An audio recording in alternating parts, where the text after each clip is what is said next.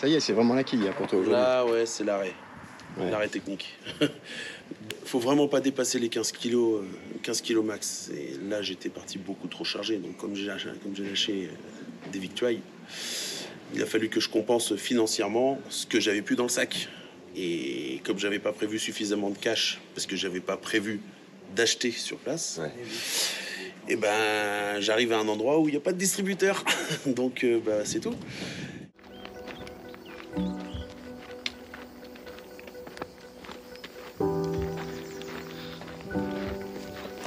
Le sentier ce matin commence en forêt avec de très beaux lariches.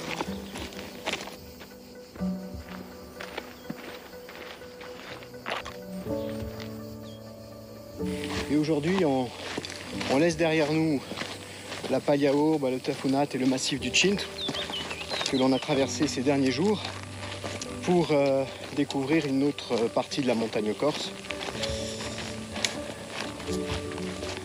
Direction Mangue. Donc, auparavant, on va passer notamment par le lac de Nîmes. Bonjour.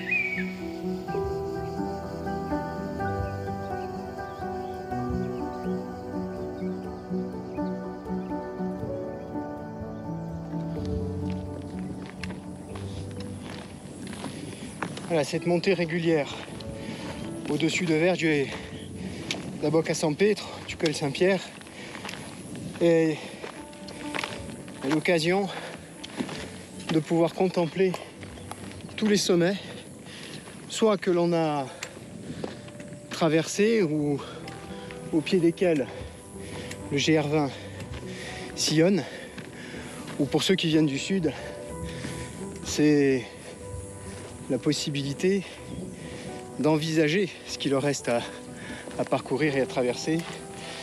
On l'a déjà vu ensemble, un paysage en tout cas beaucoup plus minéral que celui dans lequel on est en train de pénétrer petit à petit.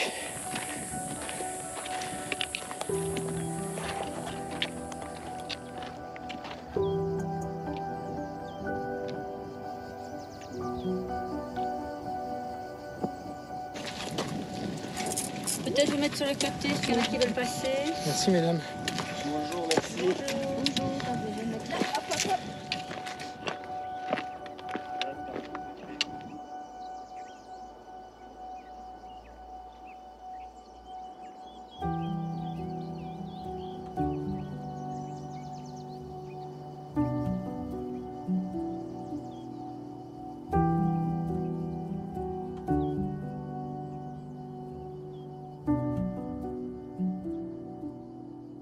Le lac de Nîmes, c'est déjà le second lac le plus grand de Corse.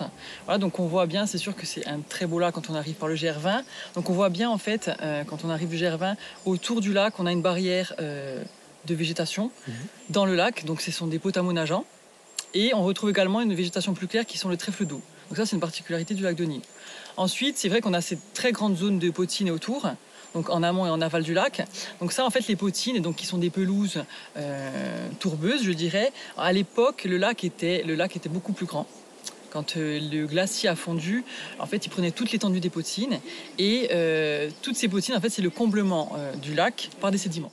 Lorsqu'on le traverse, il faut être attentif, ne pas piétiner les pelouses.